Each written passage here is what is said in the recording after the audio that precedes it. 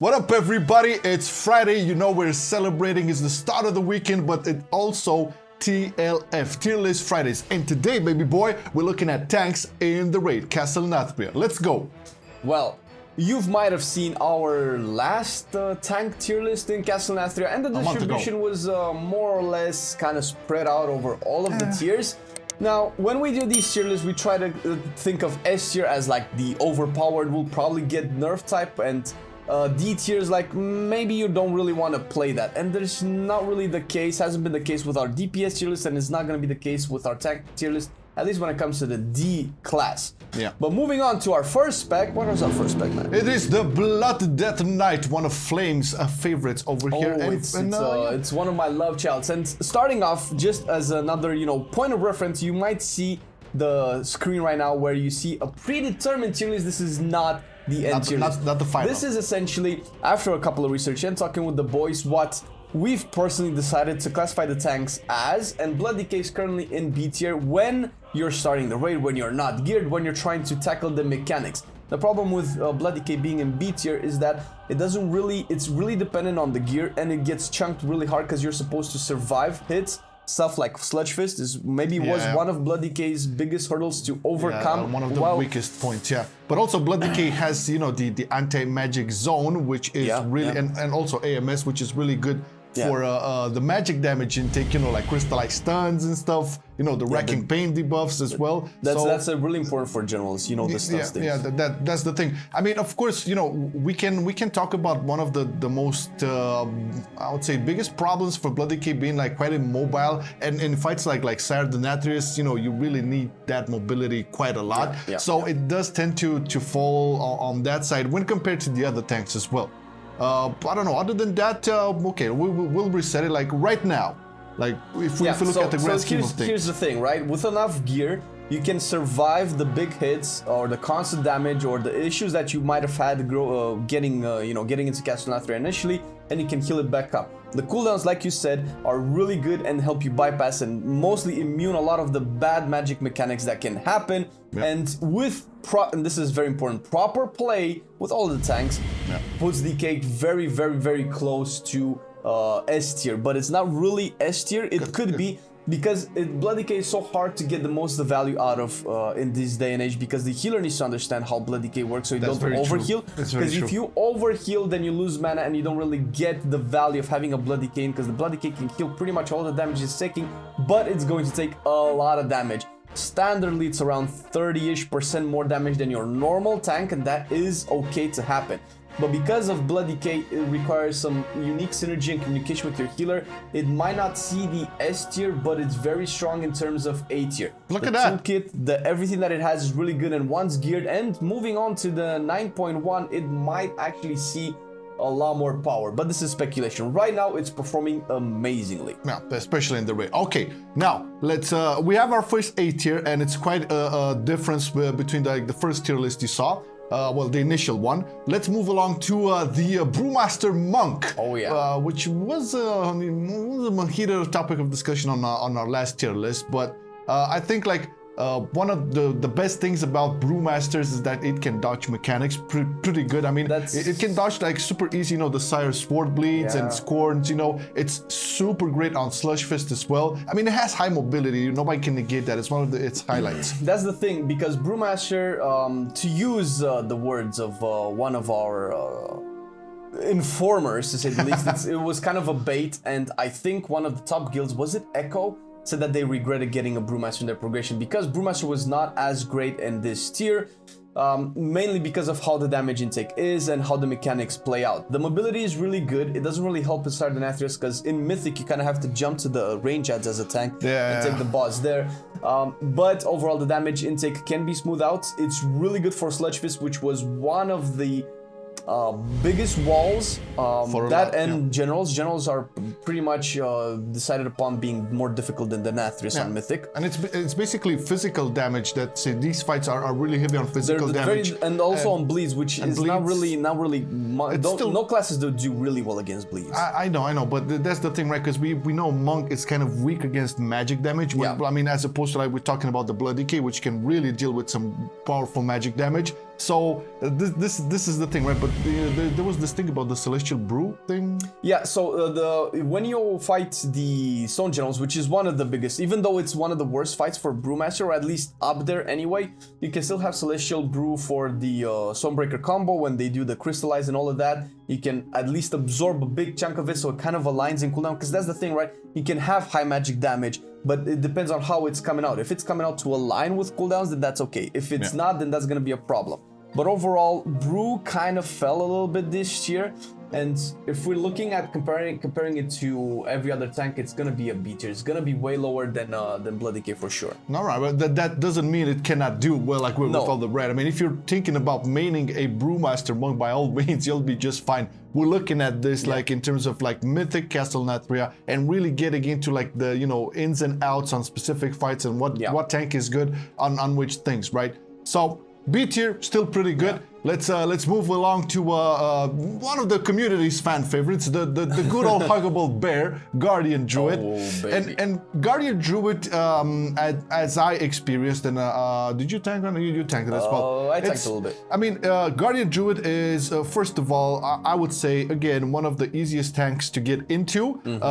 Some of the bigger theory crafters, I don't think they would recommend it necessarily. I think one of our friends actually recommend Prot Paladin, not Prot Warrior to understand tank mechanics specifically and how they work in general. Yes, that's what we normally like to go with. Druid is an easy tank to get into. It's a very strong tank. It's a very strong tank. Very, very strong. Actually, in the chat with Pumps, I think he's still right now #1 bear in the world. The only thing keeping Bear from being S tier is probably Nathria, which that's interesting. That is interesting. So there are thoughts going around in the community, and this is debatable, but Bear could be one of the tankiest tanks right now, or is looking to become one of the tankiest tanks right now. It's probably gonna outscale Vengeance if the current pace is gonna be kept up. But the problem with Bear is that it does amazing on generals. It does amazing on Sludge Fist, which are one of the hardest bosses. We're mostly talking about these 3 bosses because all the other bosses are easy for all the tanks, more or less, if you're playing correctly.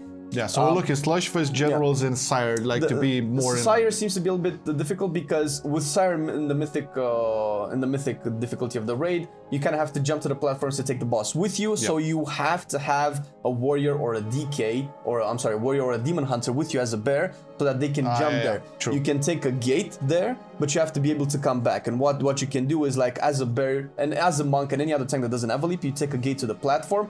Your co-tank jumps back, draws the boss back, and with Hand of Destruction grabs you back there as well. This is one thing that you can do. Otherwise, you'll need like a lot of priests with leaps and a lot of gates, and it's a little bit too much. I mean, yeah, you have to understand something about Bear. Now, first of all, the Barskin Lego, it's an amazing legendary for bears. It's like super high survivability because of it. It has decent damage, and let's not forget about, owl weaving and cat weaving, Heart of the Wild and healing everybody. You can also do that. So it has this versatile playstyle on top of not being the most complicated, still doing good. I think the main thing about Guardians, like when you get into it, is like learning how to maintain your iron first, more or less, and identifying those opportunities to use your Heart of the Wild and Convoke and all of that beautiful stuff. That's the thing, right? Because most people would say that bears don't really do enough damage because by itself, bear doesn't really have high damage. Yeah, not but baseline. Only when you shapeshift and you convoke and you Heart of the Wild and you go into balance. That's a little bit harder to do as a tank because you kind of have to not be the one that's tanking. You kind of have to have a really good co-tank that can keep the boss for, I don't know, 10, 20 seconds, and then you can just blast. But if you can blast, then you'll blast. He'll blast. It's good pumping. So we're definitely keeping Guardian Druid into an A tier. It's maybe it's very close. Like it was so close to making it to S tier just to show how strong Bear is. all right. But another strong tank, and I guess like the biggest damage out of all the tanks at this tier. Prot Paladin, baby, and you played some Prot Paladin last night. All right. So I've pretty much played all the tanks at one point or the other. The only one that I haven't actually personally tested in the raid right now, I think it's Demon Hunter and Monk. Yeah. But Prot Paladin is one of the hardest tanks to play optimally. Yeah. Because the issue that I have personally with Prot Paladin is that Shield of the Righteous is not a particularly good mitigation ability. It's a very weak Iron Fur, because Iron Fur you can stack it, you cannot stack Shield of the Righteous. Yeah. It's not block, it's not parry, it's not dodge.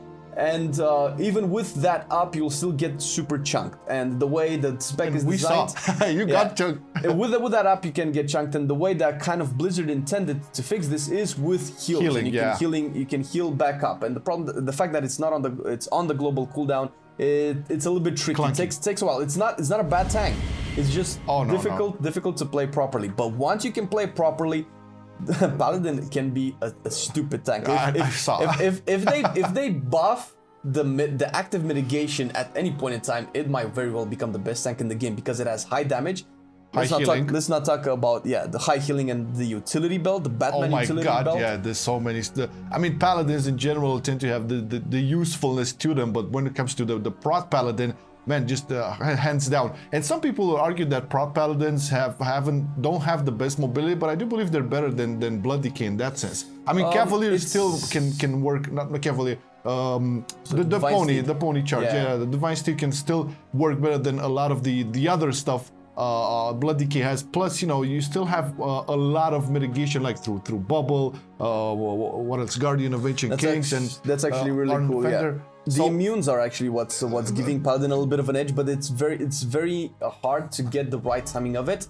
For instance, in tanking the Nathria, I had to bubble a couple of stacks of bleeds and 2 of the Writhing Pain Denathria's debuffs, and I can only do that while my tank is picking up the aggro, but bubble and cancel bubble really quickly can save you a lot of healing that you need to do. Obviously, it suffers from the same issue in Mythic on the Nathrias that other immobile tanks have, that you cannot really get to the platform. It does have the highest damage, and if I'm not mistaken, while doing this research, the #1 tank in the world was a prot Paladin, although it was on the Asian servers, and logs in the Asian servers tend to be a little bit wonky. So I'm holding a little bit of skepticism there, but still, it made it there, and it's a really good, and not to mention it can do all the way up to like 8k HPS on Sun King. That's just on its own. Look at the logs. Oh yeah, it's crazy. Worthy to be mentioned. But yeah, Prot Paladin is dangerously close to becoming an OP tank if its weaknesses will be buffed. But until then, it's still a very solid A tier, as with all other tanks. It has its weaknesses where it can hold it back, but pretty much in all of the rest of the raid, it's gonna pump. Okay, we got the Prot Paladins, Guardian Druids, Blood Decay, Brewmasters, but what about the pure classic warrior, prot warrior, baby? Look, the go-to tank in vanilla. How is it looking? And I think we can say it off the back, it has leap. So our argument on Saturday Nathria's tank, that's like, and people keep hating on prot warriors for some reason. The community perception hasn't shifted that much on it. But when talking about the most, let's say, problematic bosses in the raid, right, and Saturday Nathria's being on top, prot warrior, baby, you can leap, solve that issue with the ads. So you played a lot of it. That's pretty good. Also, obviously, we've seen, if you haven't paid attention to the patch notes, overall prot, the warrior damage is going to be buffed by 10%. The aura is going to be increased. It's not going to make a huge difference, but it is a step in the right direction. Yeah. The biggest strengths that prot warrior brings, or brought this year, and is probably going to continue to next year, is first intervene.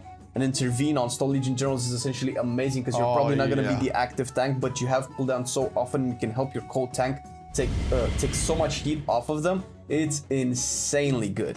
That aside, obviously shield block speaks for itself. A lot of the abilities can be blocked and you can take reduced damage. You can obviously parry the major debuffs from Sire if you're lucky enough. You cannot really plan for that, but if it happens, it's really good. And more than this, you have Spell Reflect. Spell Reflect, now, I was gonna say. The thing with Spell Reflect can negate a lot of magical immunities, can negate a lot of applications. You can negate for whatever Hand of Destruction, right? That can be reflected. you can negate the damage from that. It's crazy good. The damage might not be there, but the toolkit is there. And through the sheer fact of intervene, Spell Reflect, block, and all of that really quick cooldowns, it's gonna keep Prot Warrior up into A tier. Hello, baby, welcome back. I mean, this is the thing. I'm happy. Like, I really enjoy watching Prot Warrior. I still feel Prot Warrior has, like, since its inception, like back in the day, it still has one of the most iconic tanking tools, right? Yeah. And it feels like a proper tank. Not that the other ones don't, but yeah, it's like the more. If you want to like make an analogy, like Holy Priest is like the archetypal healer of an RPG. Yeah. Prot Warrior looks like the archetypal tank of an RPG, and it does pretty good. So I'm happy it's in A tier. Yeah. And hopefully with the buffs moving forward, we'll get him to do some more damage, because that's like the biggest weakness. Now a lot of damage. You kind of need it at one point. All right, now let's move on to the last shining star, probably still the shining star of the tier. It's still the shining star. It might not be for Vengeance. too long, but it's going really well. Obviously, we don't really need to go into too much details. Vengeance Demon Hunter has been really well designed this tier. The way the defensive cooldowns are rotating, you're pretty much gonna have the Fiery Brand build almost every time you need it. You have the Metamorphosis, which is crazy. I don't think it's possible for Vengeance to die in Metamorphosis if it's playing right. You get it now with Fell Devastation by just, vomiting fell stuff on your enemy. And plus high mobility, man. Again, the argument on Sire, with the platforms. I mean, you cannot go wrong with it. I mean, I guess we can say that it has a little bit of lower self-sustain on single target, but it can still do great damage. It can hold its own, as far as I was able to tell. It can hold its own for a little while with the power of the defensive that it has, even with the lower sustain that it can get out of, as opposed to AoE. It's gonna be really good, because it's all about the souls, right? And you shatter souls based on how many targets you fight, so it's usually a little fewer souls. Fewer souls on single target, yeah. But it's solid. It's a very solid tank. It has a lot of damage in Elysian Decree. Might not have as much as Prop Paladin, but it has enough to keep itself on the map. And right now, I think without any surprises, it's going to go into S tier. And we have the inverted that looks like a... I mean, Vengeance is still an S tier, but what I think is like the most important thing, like as we went through and people got more geared up and more guilds cleared Mythic and stuff, we see that all of these tanks right now can do well. And I think like the biggest argument we can make is like, if you decide to pick a tank, and go into raiding, and not necessarily Mythic, Heroic, Normal, whatever, it's important, like, okay, you pick one spec, your partner should be like the one compensating for what you lack. I've seen this a lot in multiple guilds. Tank dual composition is very important. Actually, can offset a lot of the weaknesses that tanks have. And although a quick disclaimer that we probably should have made at the start of the video, all tanks have cleared Mythic Nathrias for a while now. So all tanks are viable to clear the Mythic raid. If your guild is telling you, man, we need you to be on this, then that's not really important. The thing is, with tanks, as opposed to DPS when performing in Mythic Plus, although I'm gonna trash on DPS, if you fuck up, if you don't play properly, you're going to suffer, and once your tank suffers, your entire raid suffers, as opposed to just one person when it usually comes to the DPS.